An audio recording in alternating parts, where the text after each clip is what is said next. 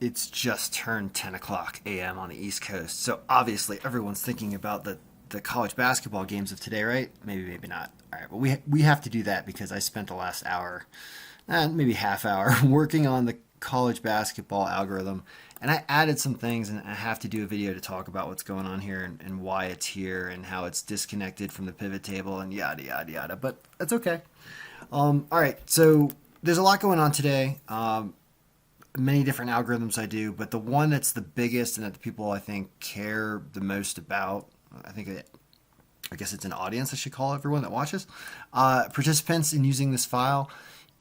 We have, this is the one everybody wants and is waiting for, and the busiest Google sheet that we have is this one. So I wanted to make sure when I was looking at yesterday's stats, which overall were pretty good, I actually did make some bets when I finally got into Colorado and settled last night, and I won.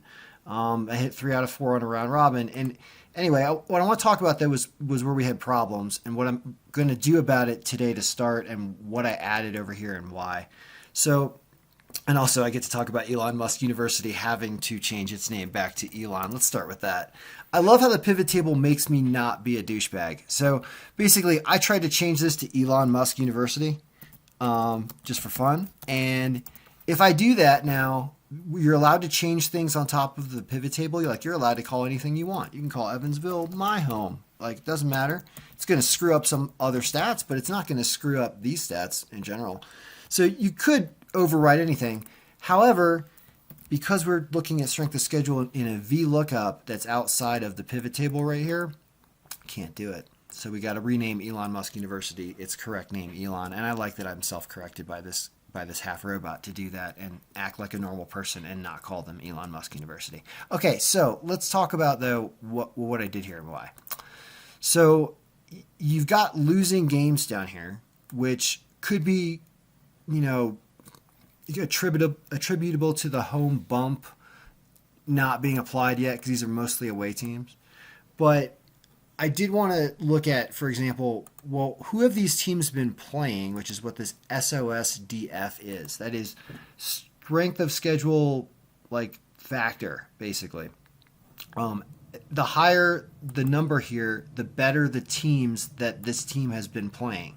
And the same goes for opponents and this one. So what this means is South Alabama yesterday had been playing really good teams because their SOS factor is 5 and green. Okay, that's a high number comparatively to all the strength of schedules. Wagner also has been playing good teams. High Point's been playing a mixed bag, and on average, the ranking was about 0. But then there's negative numbers. Some teams have played horrible teams. Holy Cross has a horrible strength. This is why we've been overrating Holy Cross so much, and why I noticed this. And I was like, why is this happening? It's because of this. It's because Holy Cross is playing against, the kids that were in, the Adam Sandler movie, Billy Madison or whatever, and he has to go back to school, right? That's who their Holy Cross has been playing against. I don't know who those schools are, but so is LaSalle. So this game was a battle of bad teams that have been playing only other bad teams. But it's interesting to see that the comparison here. So we've got this team's strength of schedule right here and the opponent's strength of schedule. So when you're looking down this list and you see something like this, I'd be like, oh, Tennessee State's been playing terrible teams. That's what this means yesterday. Look at that. They were one of the ones that won. Now, the Chicago State was one of the ones that won. It was an underdog. And that hits a lot of buttons right there because Tennessee State had been playing Billy Madison's kids. Billy Madison's kids. I hope you know what I meant. All right. So anyway, and the differential is a 7 for Chicago State, and they win that game. So I like to see some extra information about the games, and that's why I coded this and had to, of course, change Elon Musk University back to its correct name of Elon. So let's talk about today. And there's 35 games, I guess we have in here. And this is all dynamic if the formulas pull down enough, which it looks like they do. So we're going to add that into our assessment when we review the games today. And it's going to be, it's over here on the left. It does kind of pop up in your face a little easier, a little quicker. I was going to put it on the right by the games, but it doesn't pop out right. So we know from history that pot of gold picks, as we call them, are underdogs that are home. There are none Okay, so there are no pot of gold picks today. All our underdogs are on the road. I'm not going to talk about underdogs because they don't always win. I don't like taking teams on the road. I like taking teams that are home because home teams seem to win a lot. And so you want home teams that this algorithm favors, right? Now, what is interesting about this is, excuse me, when let's have a little water. When Manhattan plays Quinnipiac there, notice that both those teams have terrible strength of schedules. Like whatever they've been playing in is bad teams. So you're looking at a team that's been winning in Manhattan playing a team that Quinnipiac that I don't know what their record is, but we could look it up. But both these, notice just how bad those teams. It's just cool to look at. I like it. So what do we have that's reasonable? You want this number to be green, and you want this and it to be high up here. So, gosh, don't make me be San Diego. Oh my God, that's funny. I don't like taking San Diego because they've been losing when I bet on them. At least they're minus 610 and they're unbettable. But that checked all the boxes off, which was high margin, green number here, and green number here, right? Texas State, how about this? I can't go to the game because it's not in Denver. I guess I could go to Texas. But this one, minus 1,000 though. Bummer. So there really aren't very many good lines. Troy, minus 345, minus 7.5. Ugh, these spreads are bad. Like, I don't like taking teams minus a ton of points. All right, how about this? Wichita State, minus 180. They've been playing really, really great teams, it says. And the algorithm favors them by 12% anyway. So technically their state should be deflated. Wichita State's... I could have gone through Wichita. I've been there before a couple times. Wichita has been playing awesome teams. Kansas State's been playing terrible teams.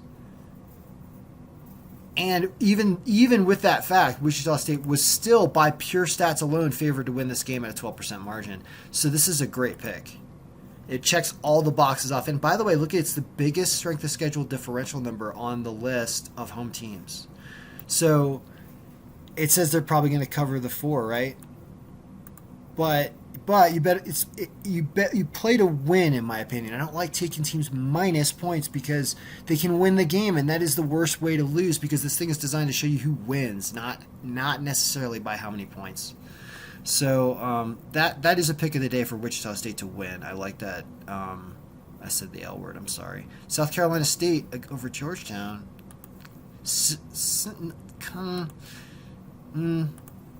I don't know. You can dig through it yourself. I just wanted to explain what I did, and I would do more of a recap of yesterday because it was a pretty amazing day based on numbers alone. But it basically said yesterday, if you didn't watch the other video I did, that applying about a 10% home bump made this just unbelievable, right? You're 66-25 anyway.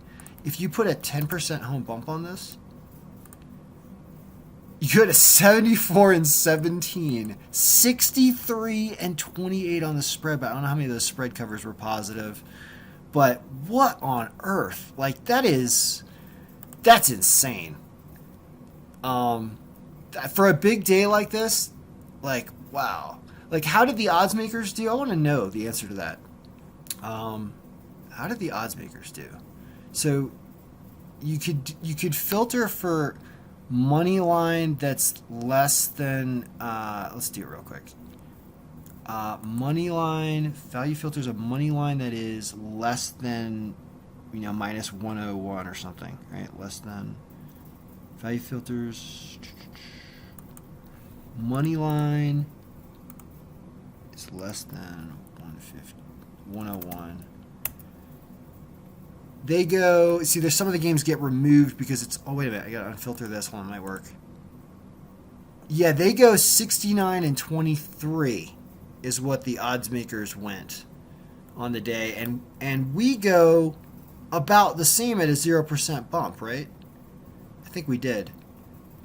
But we go 74-17 with a 10% bump. That's the point, is that putting the 10% bump in there made this just unbelievable. That is about the sweet spot. You can tell it's the sweet spot because you look at the away teams and I know I'm getting into really complicated stuff here, but it's pretty amazing.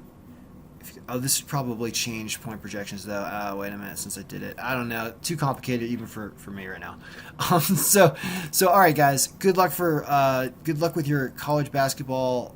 I'll play something. I think I'm gonna play Wichita State to win on a round robin. Yeah, for sure, because I should, because of all the reasons that we just saw, right? And was there anything else? Now I gotta be done with this video. Too much to do. Good luck, everybody. Thanks for watching.